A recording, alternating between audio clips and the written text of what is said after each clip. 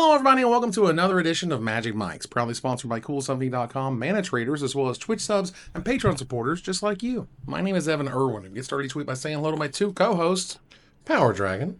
What's up, everybody? We're going to have a good show today. Lots to talk about. And if you aren't playing Standard, you're missing out. It's a fun format. Reuben Bressler. Hi, everybody. Good evening.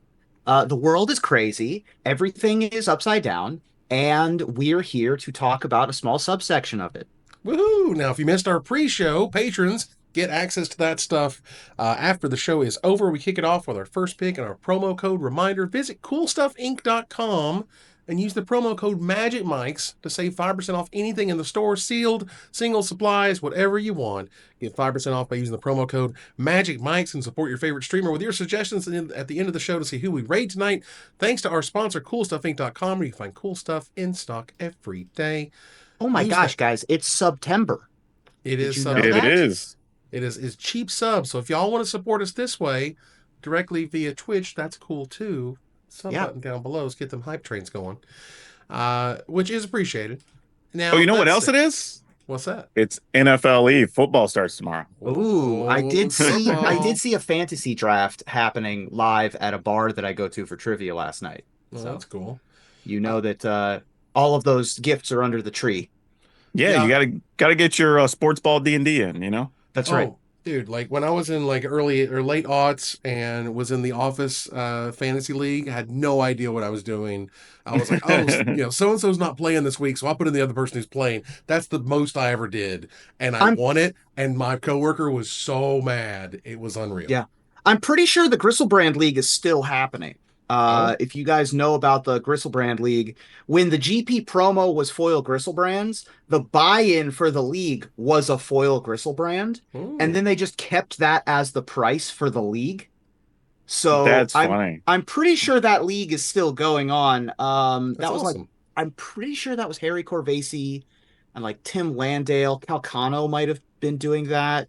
It was like that era of GP grinder. Oh yeah, for sure. If anybody knows, ping it in the chat. Well, let me tell you, the Duskmourn previews have officially begun. Duskmourn is here. All things Duskmourn all the time.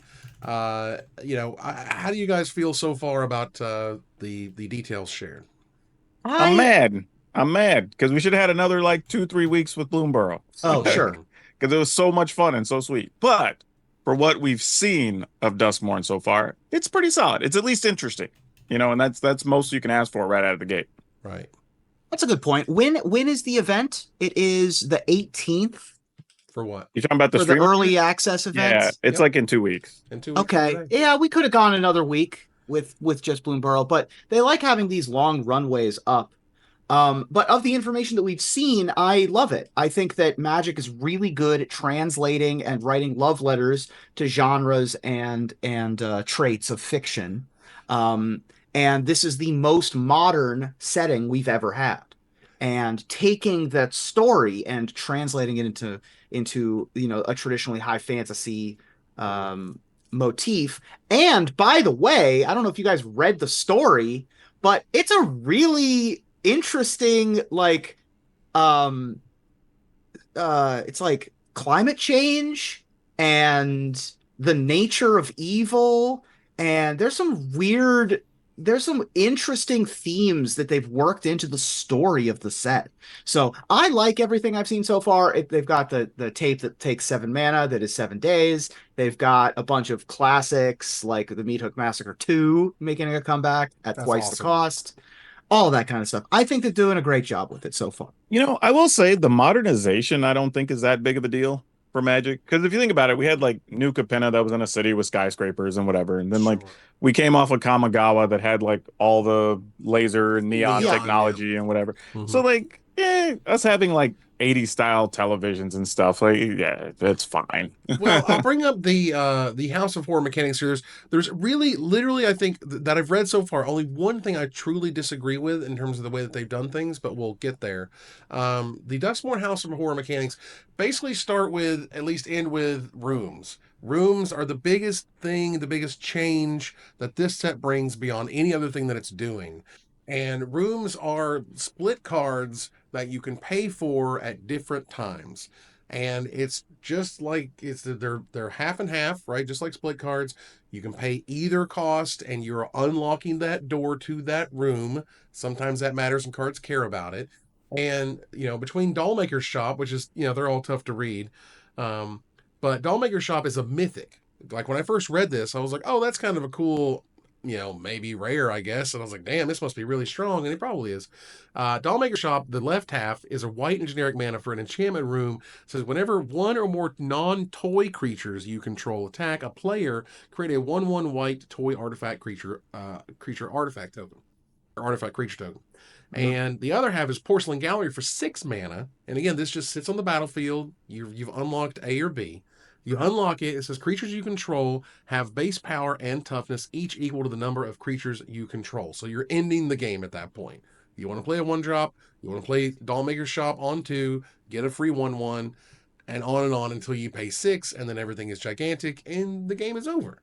And this is Wizards, if nothing else, is dying to put multiple spells on cards with adventures, whether they're split cards, whether they're meld or whatever cards, any way to put spells together they can. It's a new way to do so. Yeah, and I think this is fitting for Mythic also. I think there's a lot of strategies where if you're playing any type of sacrifice stuff, anything that cares about artifacts, anything that has ETB triggers for creatures, anything that just wants to go wide with tokens, like it's going to fit a lot of different decks. And then if you get in a stalemate, well, okay, cool, I'll just pay 6 or whatever and just end the game. Like why not? It's like, it's going to be a pretty tough card.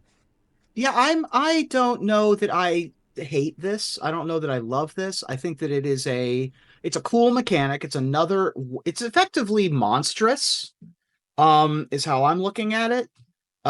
Which had its applications when it was in standard. It's you pay an upfront cost, and then later you can pay another cost and go up a little bit if you need to.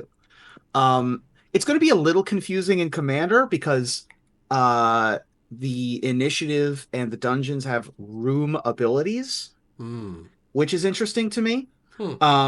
But I think that this is cool. It's an interesting expansion on a type of card that they can make. It's a brand new area for them to fully explore, which they don't always find. This is not Kicker, for example. This is tape delayed Kicker. So yeah, I like it.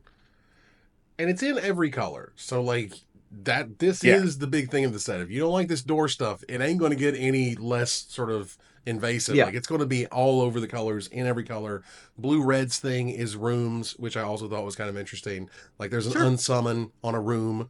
One half is unsummon, which I thought was neat. Stuff like that.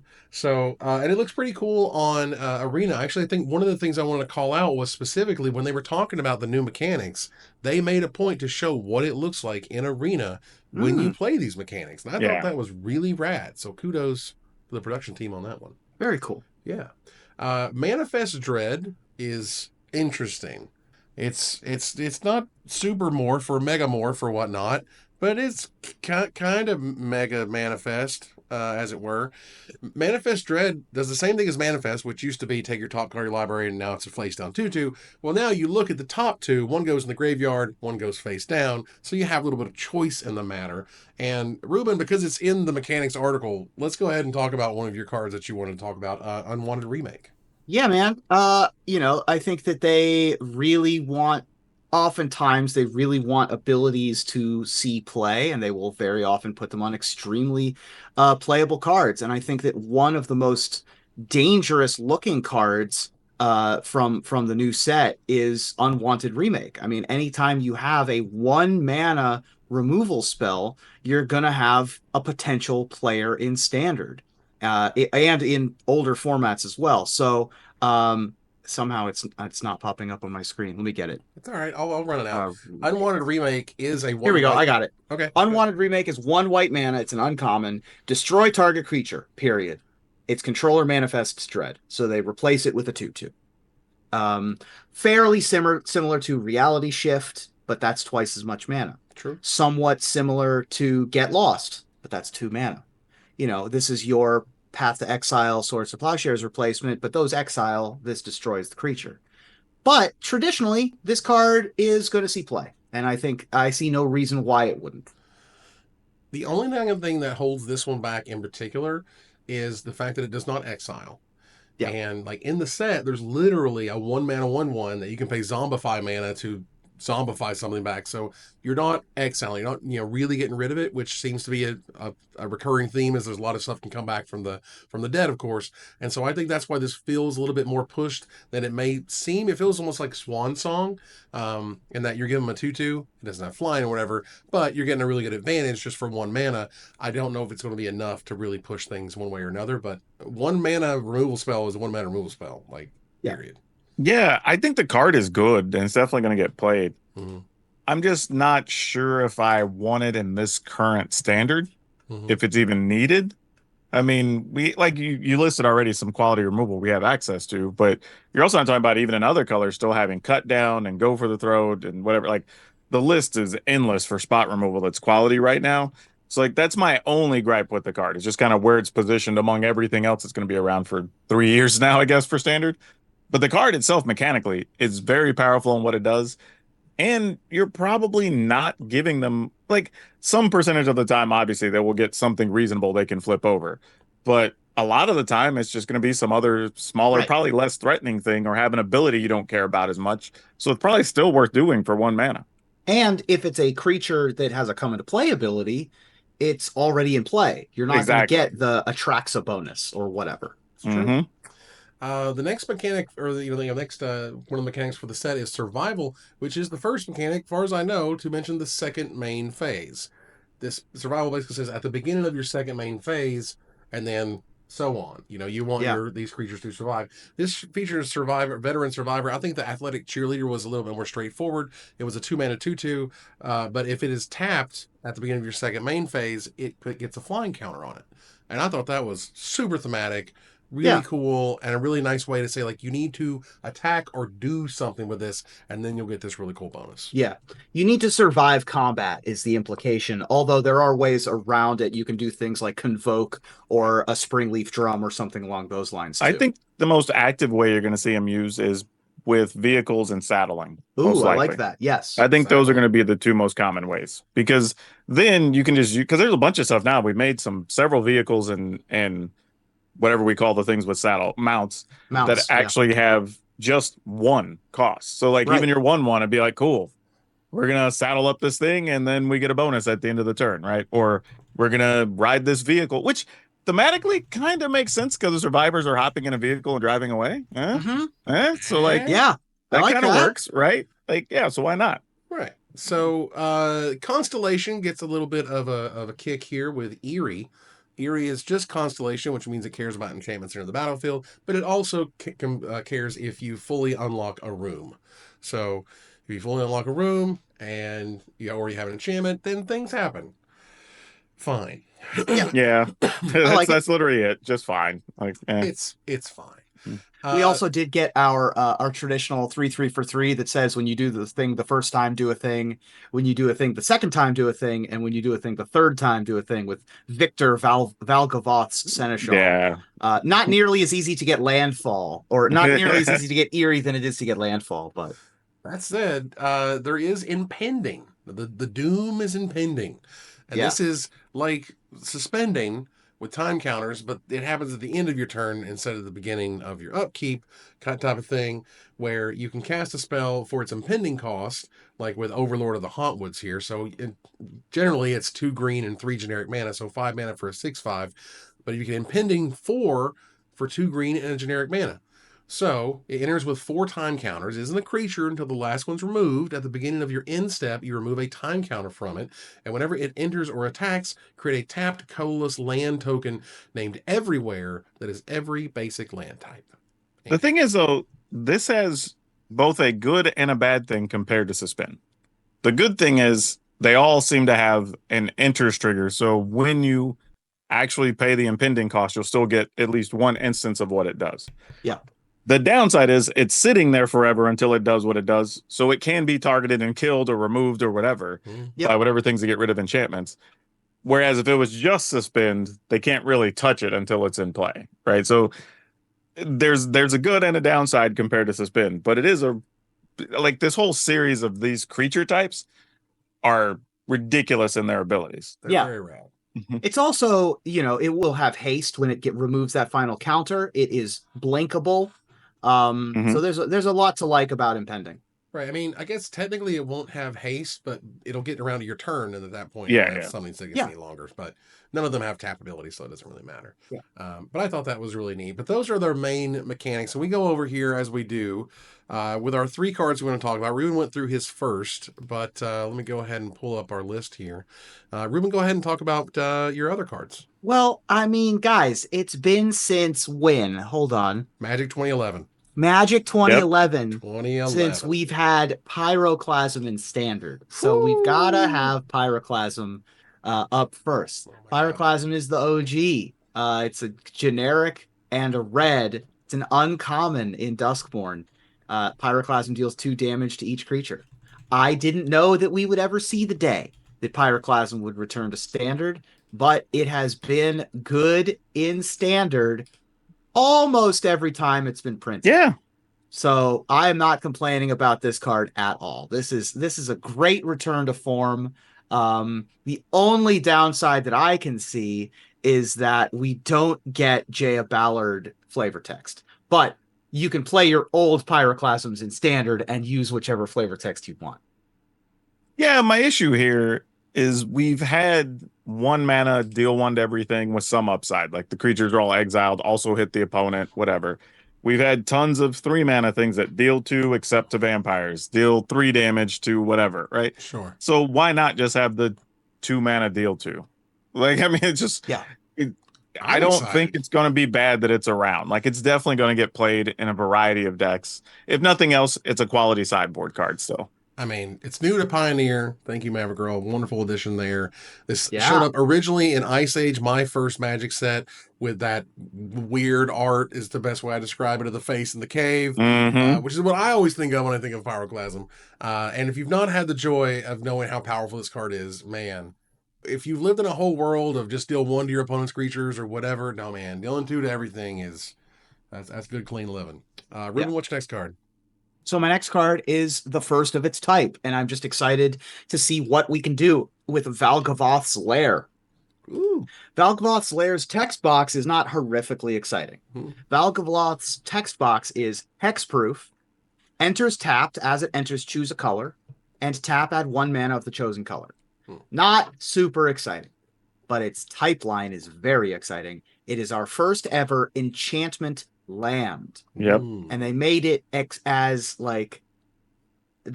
safe of a land as they possibly could, I think, to see if we can put the card type enchantment on a land. We've tried to put artifact land on card types in the past, and it has been middling.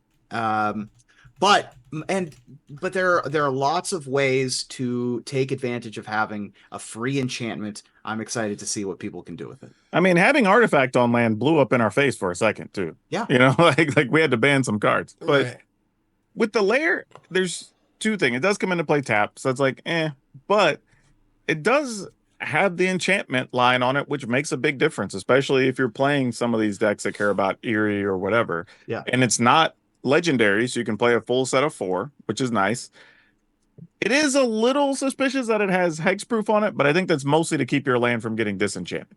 Mostly. I think that's the whole reason. They don't want your land to get disenchanted. Now, technically, the first enchantment land was Urza's Saga, but that is mighty fine company to keep in terms of, oh no, we're also Urza's Saga. And if you want to get real technical about it, Magic players, the flip lands from like Ixalan that start as creatures or enchantments and then flip into lands are also things, but whatever. Oh, sure. Whatever. Point is, yes, this is a very rare club for it to be in, and it's a really cool card that is very excited in just that it's a way to trigger that Eerie thing.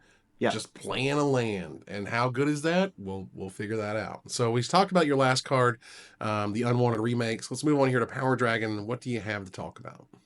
Well, I'm going to have to talk about Big Dumb Green Creature because this thing is just stupid. I mean, like the Balustrade Wurm. It's a 3 colorless green, so a 5 mana 5/5, which I'm like, I read that at first and went, okay, this is fine. What does the text box say?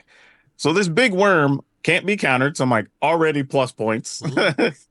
Also has trample and haste. So I'm literally like, I almost don't care what the rest of this says. Hmm. But the benefit is if you have Delirium, you can pay 2 a green and a green, so 4 mana, and then it comes back from the graveyard into play with a finality counter on it. And you can only do that as a sorcery. Now, the crazy thing about this is I think this could be a card that fits any of the like the self-mill strategies. If you're already trying to do stuff to get Delirium, like having this just come out as a 5/5 and attacking is super sweet. You know, if it just they sweep your board, you're like, great, I'll just pay 4, have 5 all over again. You know, right? Like, Yeah. this is actually a pretty sweet card with haste and trample on it. Yeah, Delirium is not not hard to get. Like Delirium, No, not at all. honestly, is to me is just like play Magic. It's like play Magic, and eventually you can just pay 4 mana and get this back in the graveyard, no problem. Like that's all it takes. You don't gotta like reach for it. You just gotta be like, well, eventually we'll get there, and then that guy's waiting for you in the graveyard. Oh yeah, Yeah, especially this right is- now where you're talking about like fabled passages, fight spells, the talents are enchantments, right? It's pretty easy to come up with 4 or 5 different types that are just part of being in the deck. Yeah. This is not a hard guy to get to quote unquote work. And again, you probably don't have to try Right. because that front half is good enough. You don't even need the Yeah. back half. This is just a land dragon. And a 5/5 trample haste for 5 has been playable in the past. Charging Monstrosaur saw some play. The fact that this can't be countered and also has an additional body on it is even bigger bonus. So I think that this is going to definitely find a home in like that Gruul aggro deck we have in standard right now. I would be surprised if this didn't see play. Yeah, I mean what Tarmogoyf taught us many, many, many years ago was that you just play Magic when you need Yep. those different card types in your graveyard. Like, Yep. you know, you just play Magic. They'll show up, I promise. PowrDragn, what's your next card? So this next one I thought was kind of full of flavor after I read it a second time, and it's Haunted Screen. So this is the artwork we've seen on everything, but it's a 3 colorless artifact that taps for black and white mana, which that kind of like skipped me for a second, and I went, wait a minute, it's like just static on the TV. It's a black and white TV. Yeah, so you television. can tap it for black and white mana. I'm like, this is cool. And then color TVs are kind of expensive, so you have to pay 1 life and tap it to get the other 3 colors. Right. If When you want new them. TVs are red, blue, green. Exactly. I'm like, this is so cool. I'm like, who thought of this? Like, this is amazing. So you just get a ramp artifact that's super nice. It can just do everything you need it to do color-wise. But then later in the game, you can just pay 7, put 7 counters on this thing, and it just becomes a 7/7 monster. And you don't even have to do that at sorcery speed. I don't know why they're deciding what things get to be sorcery speed and which ones don't, because there's some like this that seem really strong that seems like you probably would want to limit that to being sorcery speed, but hell, whatever. Like, why not? Yeah. And the fact that it can help pay for itself, its own Yep. activation, which is kind of crazy, but sure. Yep. Card seems dope. But yeah, I always enjoy me a good mana rock, and this is a mana rock with like some weird flavor on it. And Yeah. the black and white, like tab for black and white thing alone is like I'm in. Like I love Yeah. it. I think Very it's cool. great. Yeah, Cool. that's somebody in RD just having too much fun with cards is what that is. Yeah. Yeah, and I totally understand, but I enjoy it. So let's talk about your last card. My last card, another green creature. It is Tyvar the Pummeler. Colorless green for a 3/3 legendary elf warrior. So if you're one of those commander elf players, here's another good one for your pile. But you can tap another untapped creature you control, and Tyvar gets indestructible to end a turn, and you tap it. Or you can just pay 5 mana, 3 green to kind of old school overrun, if you will. But creatures you control get +X until end of turn, where X is the greatest power among creatures you control. I guess it's more overwhelming Stampede, I guess, Right, more than overrun. It is exactly overwhelming Stampede for sure. But yeah, this is just a quality creature. I mean, it's hard to kill with a lot of the sweepers. Like, you can just leave a token untapped so you can make sure it doesn't die. Like, being able to just pay 5 is very easy to do. And now, with all the creatures being oversized for their cost, a lot of times you're going to be doing this for +4 or +5 across the board, even on turn 5.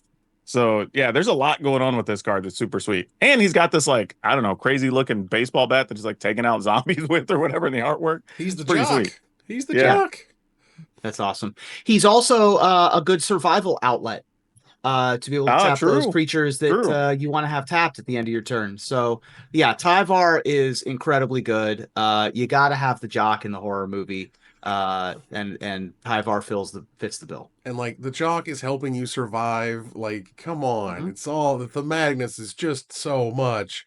Great. I love it. And this is the Planeswalker that lost the spark thing, so they still have that going on in the background.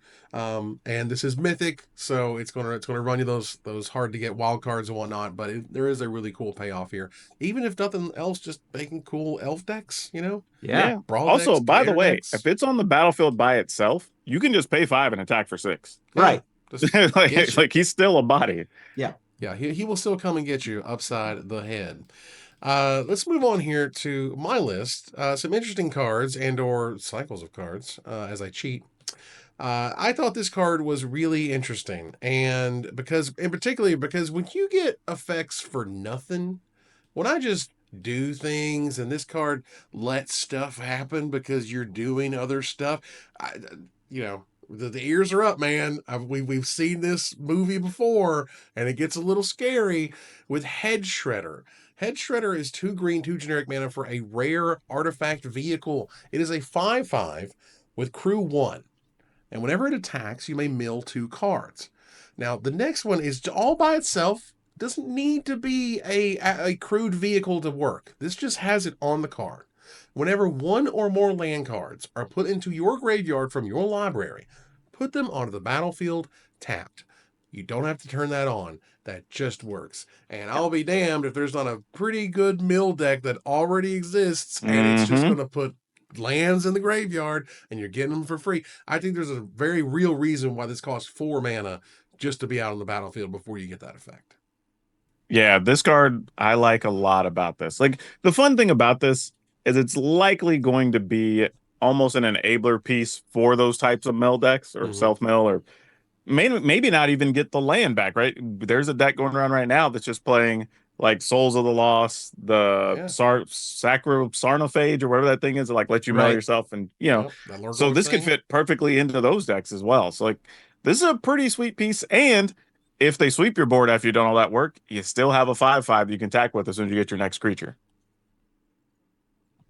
Yeah, I mean, that's a hell of a line of text to just have by itself on a Magic card. And there's lots of ways to self-mill. We've seen, I think Say Its Name is a new card that we get. We have a lot of cards that are like mulch style effects that are just like mill 4 cards, do a thing. Grizzly Salvage. And so we're probably going to get a couple more in this set, but they come out in every set. So yeah, I think that 4 is a high price. I probably wouldn't pay 4 if it were just that effect. Right. So having a 5/5 to be able to, once again, be a survival outlet, attack and get in for some damage without having to worry about a wrath is a good trade-off. So very powerful card. Yeah, imagine, you're attacking for 5 and you're increasing your mana like at the same time for free. Yeah. But you're not paying and for getting that build? delirium.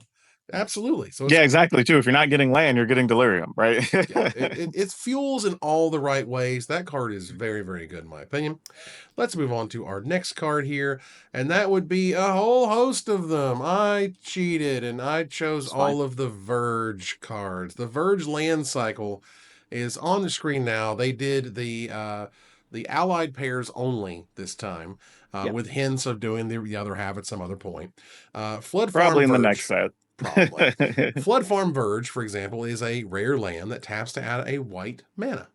And it taps to add a blue mana, and you activate only if you control a plains or an island. Now, look, and they all work like this. It adds a blue, or it taps for a black if you have an island or a swamp, and so on. So let me tell you, once upon a time, had a conversation with a Wizards developer, and we had this conversation when we looked at the Zendikar flip lands, the dual face lands. You could play one color or the other color. Yeah. Where, there was the argument was that they would never make a land, particularly a dual land, that would be better than a basic land of its type.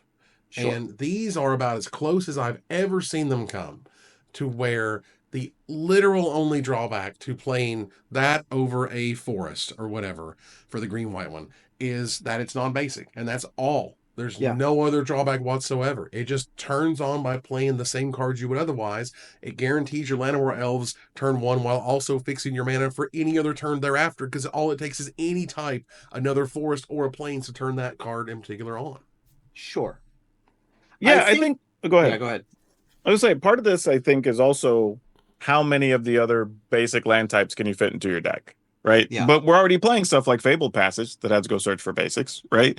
Like you have these Surveil lands that count as both land types. Right. So like it's not that impossible that if you just say, all right, I was going to play 10 planes, I just replace 4 of the planes with this, and occasionally I'll have extra blue as well, right? Like that seems reasonable.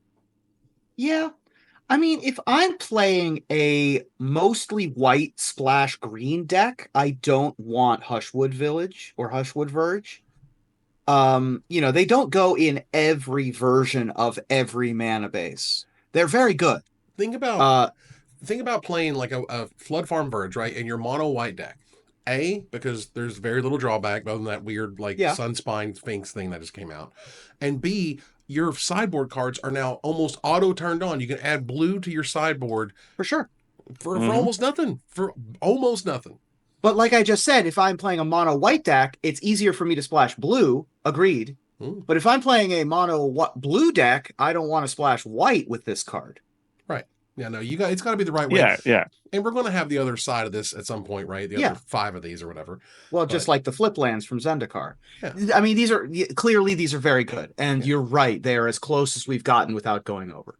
Yeah, it's remarkable. And just go ahead and either craft them all if you play Constructed, or grab them as soon as you can while you're drafting to build that collection out, because you're going to use them for years and years in this standard, I assure you. While we're here, though, I do want to shout out the common dual land cycle, also the abandoned campground lands, which come into play tapped unless a player has 13 or less life. I think that is a really clever, flavorful land cycle to put into the horror set. That's fair. And Farmers and Judges, right, it's technically a 20 land cycle because you can invert the mana symbols. Yes. But that just, that's just more years of printing cool land cycles until they do all of them, which is fine. That just means a couple of set of those will show up in commander decks. All right. Moving on here to my last choice, which I believe, arguably, I feel like is running for one of the best cards in the set. And this would be Demonic Counsel. Demonic Counsel, it's already pre-ordering for like $20+. Demonic Counsel is a black and a generic mana for a rare sorcery that you search your library for a demon card, reveal it, put it in your hand, then shuffle. First of all, there's plenty of demons that are pretty rad that you'd be interested in going get. However, Delirium, aka when you're playing Magic, Delirium, if there are 4 or more card types among cards in your graveyard, instead you search your library for any card, you put it into your hand, then you shuffle. Ladies and gentlemen, that's Demonic Tutor. We don't get many Demonic Tutors. Any Demonic Tutor sort of rip-off, riff that we get is often very much either super crazy playable or super crazy unplayable. And this feels pretty damn playable. Yeah, this is fine. Unless you're building around demons, like the early stage of the game, it's not going to be great. But later in the game, obviously, it's just go get whatever. You're just playing Magic. That's all I'm saying. Yeah, I don't feel that it's too crazy to exist in Standard, because we already have, Pillage the Bog, which basically you're looking at 15 cards anyway when you go do. So you might as well be tutoring. Right. So we have stuff like that exists. We have the one that you can bargain, and if it's 4 or less, it just comes, you get to cast it right then. Right. That's a thing. So we have a bunch of variants that are in this space already. So this isn't too crazy at all. If anything, there's probably some older formats where you can get to Delirium a lot quicker or easily, being able to sacrifice cheap artifacts or whatever, and then maybe be able to tutor something up on turn 2 or 3 pretty quickly. So maybe it has older format applications more than it does in Standard. Yeah, I mean, there's a world where this just replaces Infernal Tutor in those old Storm decks that, where it's easier to get Delirium than it is to be Hellbent in a lot of cases. Especially with all of our new enchantment creatures. There's always a bunch of artifact creatures, fetch lands of any type, like Fabled Passage. free artifacts like Mishra's Bauble in whatever formats those are in. So it is not horrendously difficult to get to Delirium, especially if the payoff at the end is Demonic Tutor. Right. It'd just be extra demonic tutors in your deck. Oh, I mean, Pharmacist Judge mentioned Traverse the Ulvenwald, which was Yeah. super rad, don't get me wrong, but it also only went and found a creature and or a land versus this is straight up Demonic Tutor because you play an enchantment creature and they kill it. You play a Fabled Passage and you use it, and then you use a removal spell on one of their things. You got it. That's Demonic Tutor in your hand now. This was not a large hoop to jump through. Yep. And I, for one, am very excited. But you know what, though? But even with Traverse the Ulvenwald, we still played it. Yeah. Oh, hell yeah. That was way more limiting on what you could search for. It's a great card. Yeah. So we're going to move on here out of the first pick to gather the townsfolk. Thanks to our sponsor, Mana Traders. Use the best tool to enhance your Magic Online experience. Use the code MagicMikes_8N48 in November 4 for 10% off your next subscription with Mana Traders as we move on, and we appreciate their support. All right, so we're going to move in here to checking out ELO, or ELO, if you will, because it's not ELO, it's ELO. The mtgeloproject.net. If you have not been there, you should check it out. And if you have been playing competitive Magic for some time, you will get an absolutely huge kick out of seeing the stats that they may have at generally the SCG Grand Prix and above level. And it shows you your stats, your personal stats, obviously the pros out there where they're, the highest of all time and so on, the leaderboards and such. And it really just creates this, this resource that highly competitive people absolutely adore and does something that Wizards has basically abandoned, which is to really dive deep into the stats and showcase the stats of some of the best players in the game. Yeah. Yeah. I mean, I think because they just didn't have a purpose for it, they abandoned it, which I kind of get. If you're not doing anything with it, whatever, it's hard to dedicate resources to it. But it is cool that, somebody wants to take this up. I mean, this is more of like, I don't know, I guess I classify this as like, it's a fun thing just to have. Sure. You know what I mean? Like, we're not going to get anything from it. There's not really a lot to glean from it, but it's just cool to know and see and just mess with. Nothing wrong with it.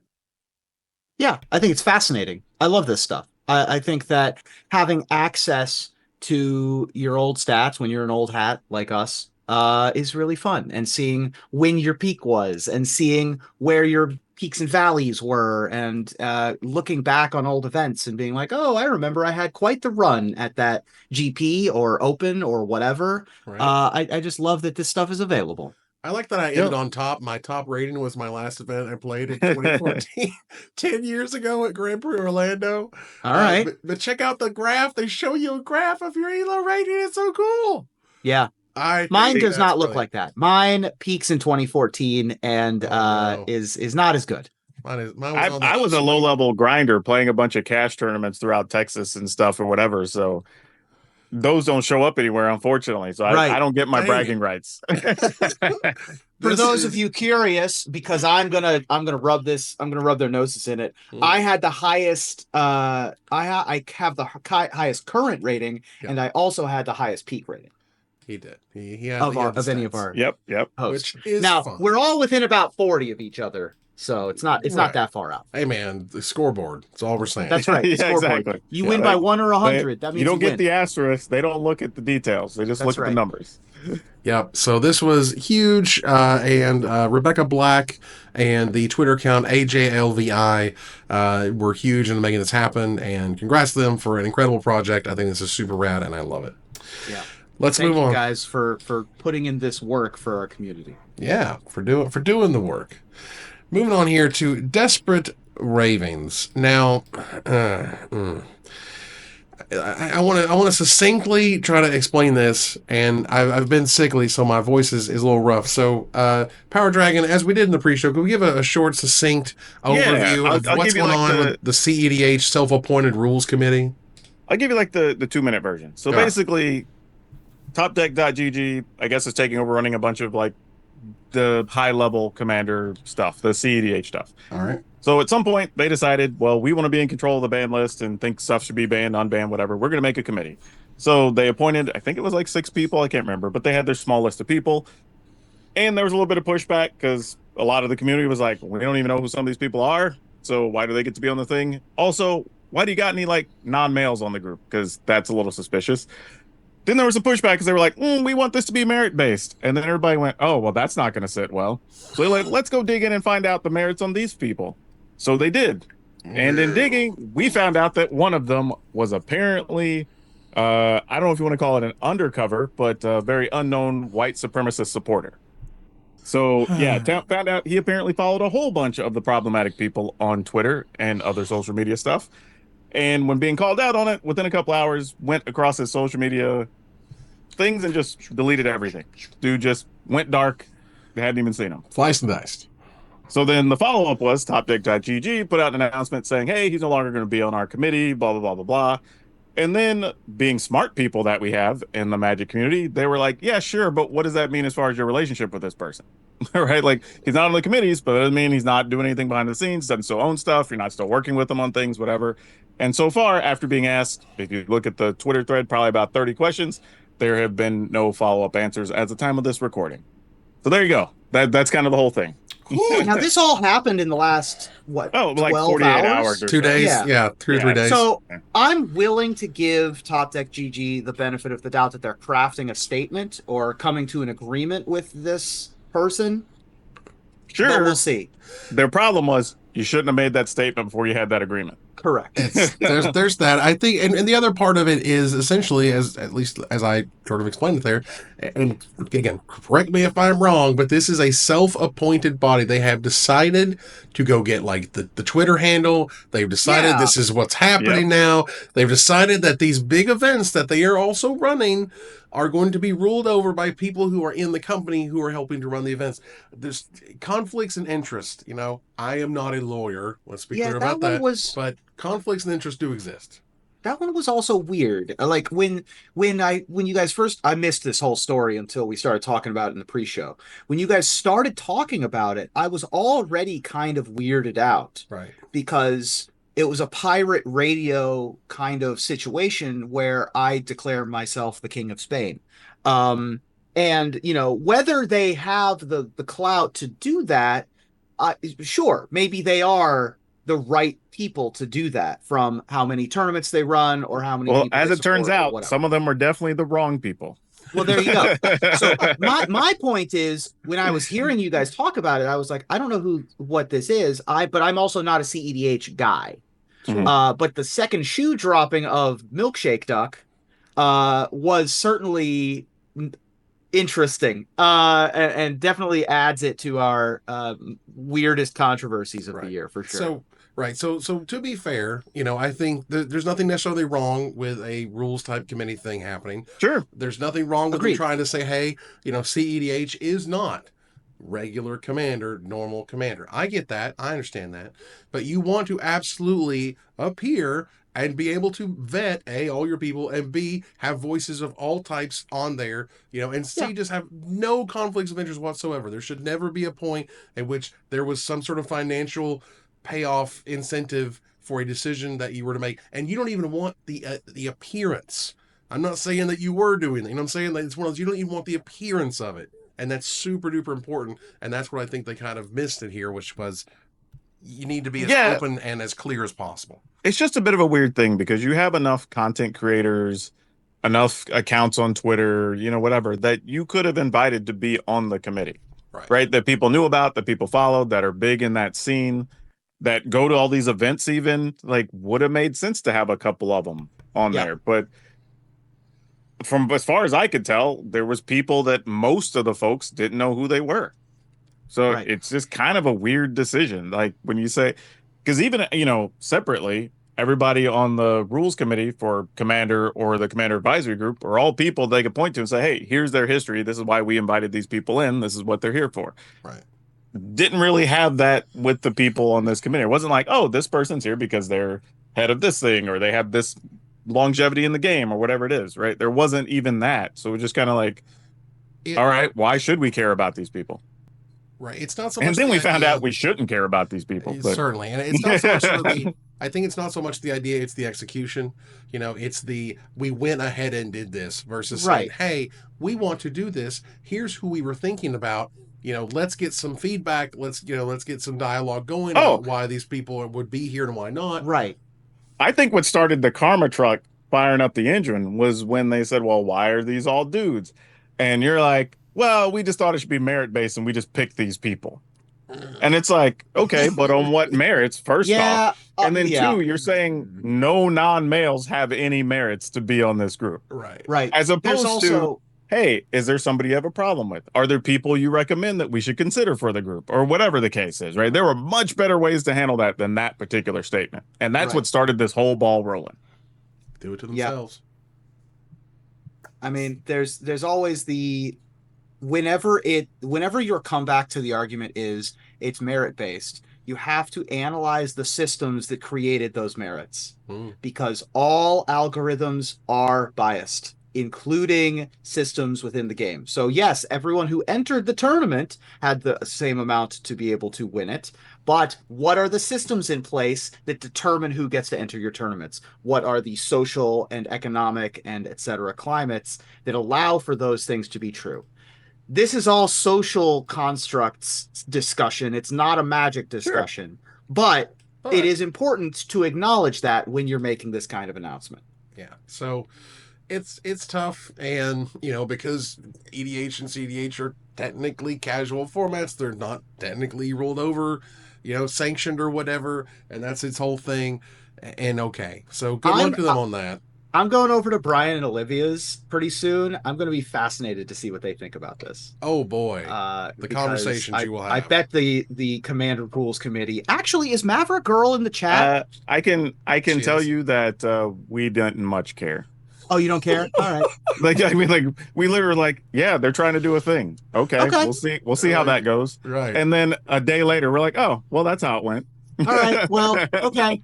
I mean, look, right now there is an amount of legitimacy that they are trying to claim, I think is the way I would put that, and there's the malegitimacy that they have, and exactly those two are not the same things at the moment. Hey guys, can you still hear me? We can. Yeah, can't see you. It looks like you fell to the floor. Yeah, my computer monitor has fallen over, so give me just a second.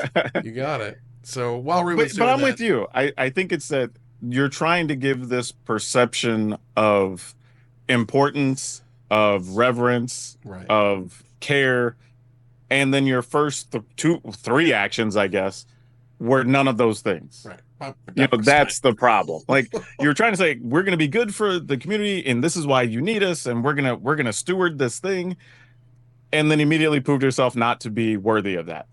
Like before you got through the week. You know what I mean? There's when you deal with things that are like sort of this sensitive, that affect this many people, that can give the appearances of the conflicts of interest. It's so you got to be like razor sharp. You cannot have these weird frayed ends of, wait, what was that person's past again or whatever? Like, no, this had to be vetted out, or it needed to be presented as, this is an idea we are having. What do you think about it? Not like, well, we got the account, so this is who we are now. And it's like, oh, dude. I can tell you, one of the things I am actually glad for is growing up in an area where there was a lot of negativity put on Magic, fantasy, whatever, because I've had to deal with so many of the awkward situations and conversations or whatever, even going to set up like a convention and whatever, you're getting asked like 15 questions or whatever.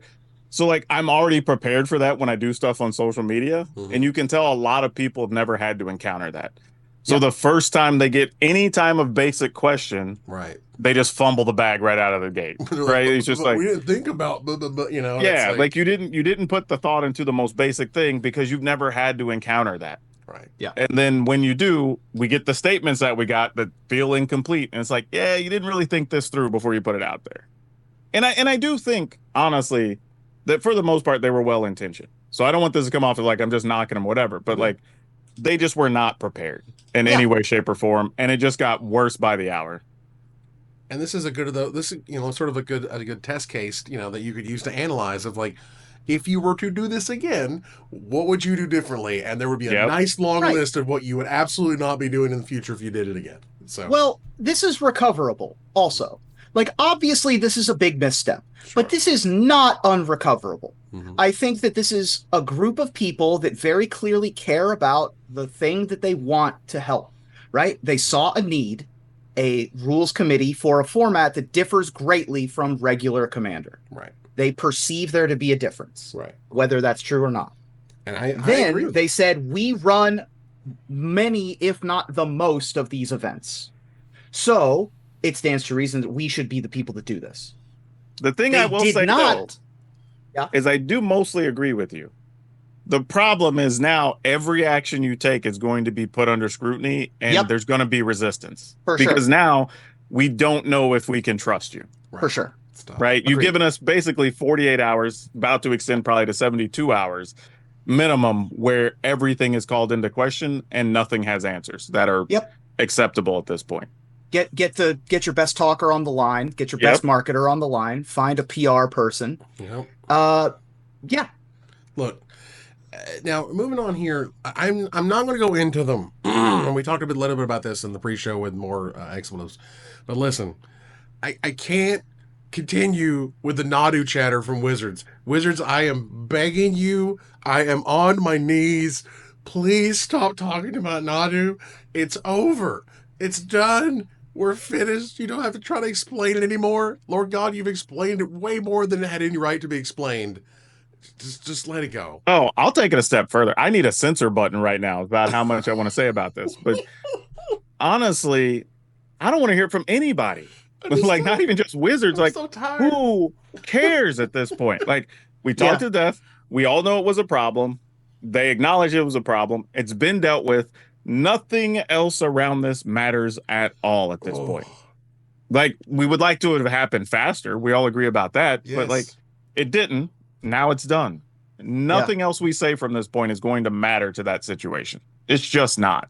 And we have so many better things to talk about as far as Magic in the game goes. So why are we wasting time on Nadu at this point? Yeah, like the number of changes that happen at the end of any one product, it doesn't matter. No one who thought one way is going to think a different way because they know that information now. In fact, it will likely just become ammunition for haters in the future. And oh yeah, even when it's not the problem, they're gonna now blame it on that thing. Like every single thing that has ever been said from a major company, including Wizards, whether the thing that you don't like is related to that other thing or not, they're gonna try to connect it to some fact and say that's the problem.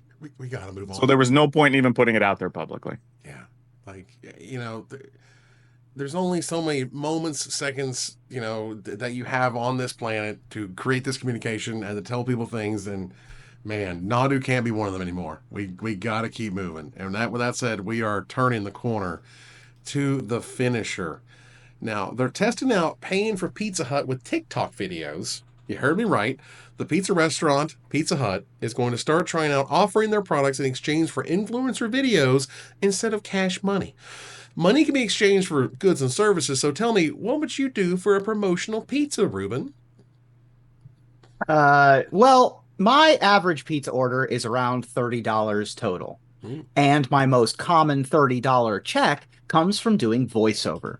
So if the influencer police came to my door and demanded payment for my pie, well, I'd be happy to tell all of the people that nobody out-pizzas the Hut. Very nice. That's fair. Well, being a streamer these days is a good thing, but I'd be more than happy to just open up my front door and we will live stream the delivery guy showing up with some garlic knots. And it'll double his insurance next time I get doxxed for some of my unpopular opinions I have here on the show. Wow.